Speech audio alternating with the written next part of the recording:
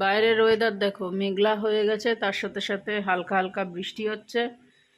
আর খুব একটা জোরে বৃষ্টি হচ্ছে না, তবে হালকা পরিমাণে বৃষ্টি হচ্ছে। গাছগুলোর কি হবে জানি না। গাছগুলো কর্তামশাইকে ফোনও করলাম না যে তুলতে হবে কি না, তুলতে বললেও আমি পারতাম না তুলতে গাছগুলো। তো থাক, যেভাবে রয়েছে সেভাবেই থাক। এখন আমার তোলার মতো পরিস্থিতি নেই, শরীরে আর দিচ্ছে না। এসে গেছে, বুম্বা চলে যাচ্ছে এতক্ষণ, বেশ শানের সঙ্গে কোম্পানি দিল, কারণ একা একা শানেরও ভাল লাগছে না, তাই জন্য। শ্যাম্পু করলি? হ্যাঁ, তা মাথা ভিজিয়েছিস? বিয়ে বাড়ি আছে তো আজকে, তো লিটনের মেয়ের বিয়ে।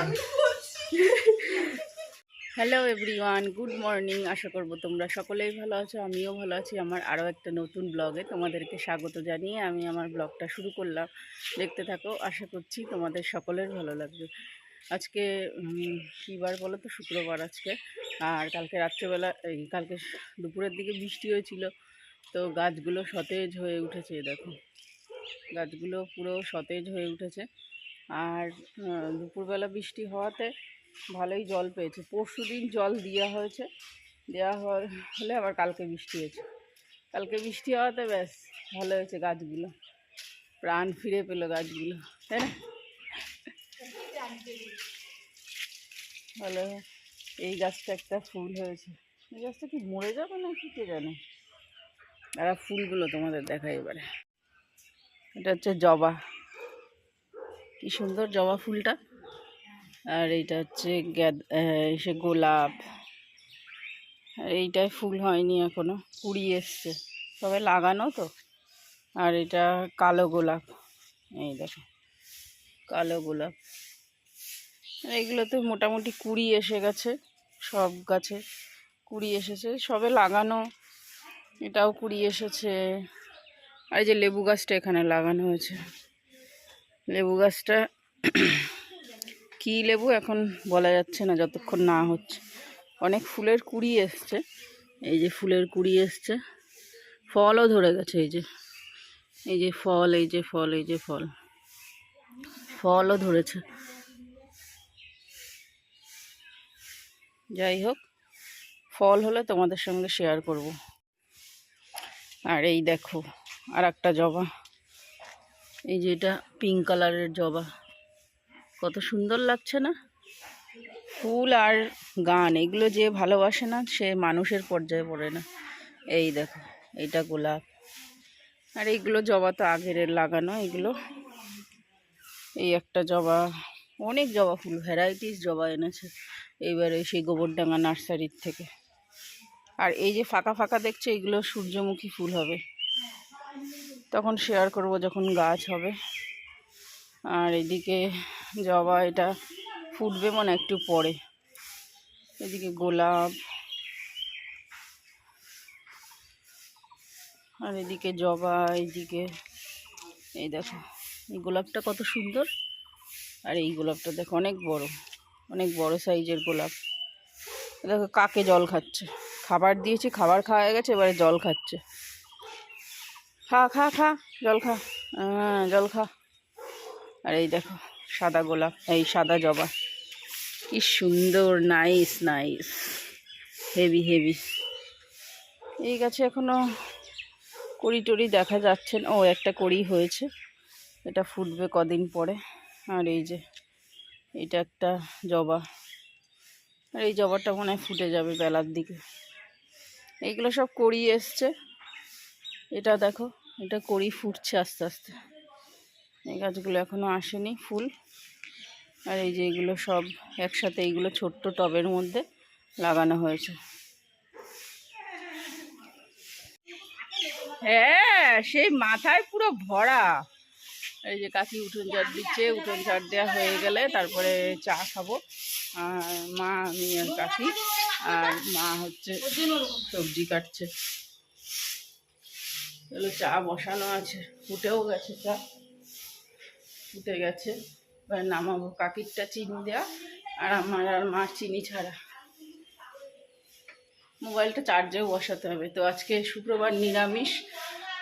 তো ভাবছি পোহা বানাবো সকালবেলা, আর দুপুরে দেখা যাক কি বানাই।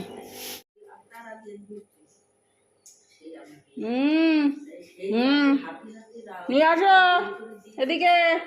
এই যে ঘর ঝাড় দেওয়া শুরু করে দিয়েছি। আসো চা খেতে হবে, আসো।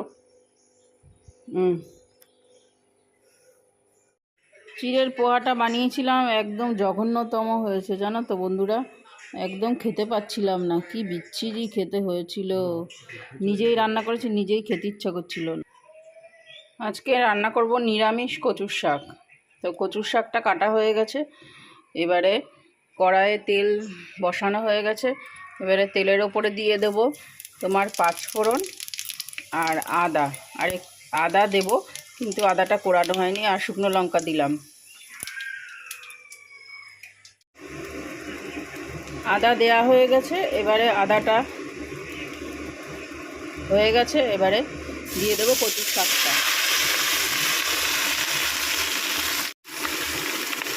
আর দেব সামান্য পরিমাণে লবণ, দিয়ে তারপরে ঢেকে রেখে দেবো।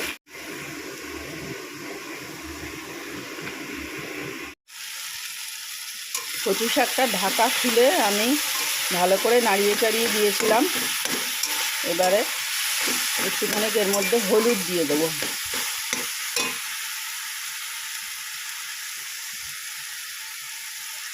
হলুদ দিয়ে আবার ভালো করে নাড়িয়ে চাড়িয়ে নেব।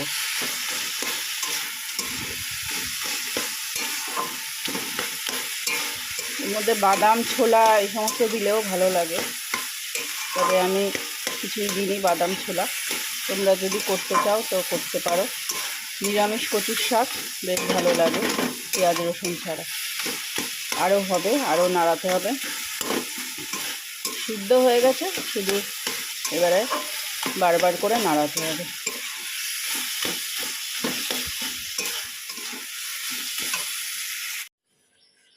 তো দেখো বন্ধুরা, কচুর শাকটা পুরো রেডি হয়ে গেছে।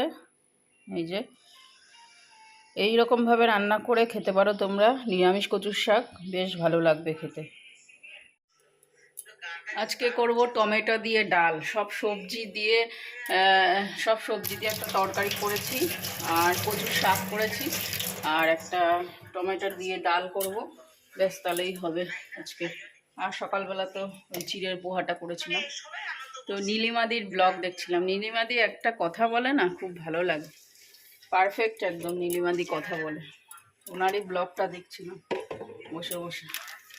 বাইরে ঠাকুরের বাসন রয়েছে এক গাদা, ব্লগ দেখলে হবে না, আবার ওই দেখছি আর কাজ করছি। আবার যেতে হবে একটু বাজারের দিকে, শানকে খাইয়ে রেখে তারপরে যাব বাজারে। আর সব সবজিপাতি নামিয়েছি ফ্রিজ থেকে, প্লাস্টিক ছেড়ে, ওটা হচ্ছে একটুখানি ঘাম ঘাম মতো হয়, ওগুলো একটু ইয়ে করব, শুকাবো, তারপরে আবার ঢুকিয়ে রাখবো। আর আজকে ভালোই রোদ উঠেছে, জামা কাপড় কিছুটা ধোয়া হয়ে গেছে, আর কিছুটা ভিজিয়েছি, ওগুলো কাচবো। আর ঠাকুরের বাসন কলতলায় নামিয়ে রেখেছি, আজকে পুজো দেব। ঠিক আছে, তো চলো এখন কাজবাজগুলো সেরে নিই, তারপরে কথা বলবো।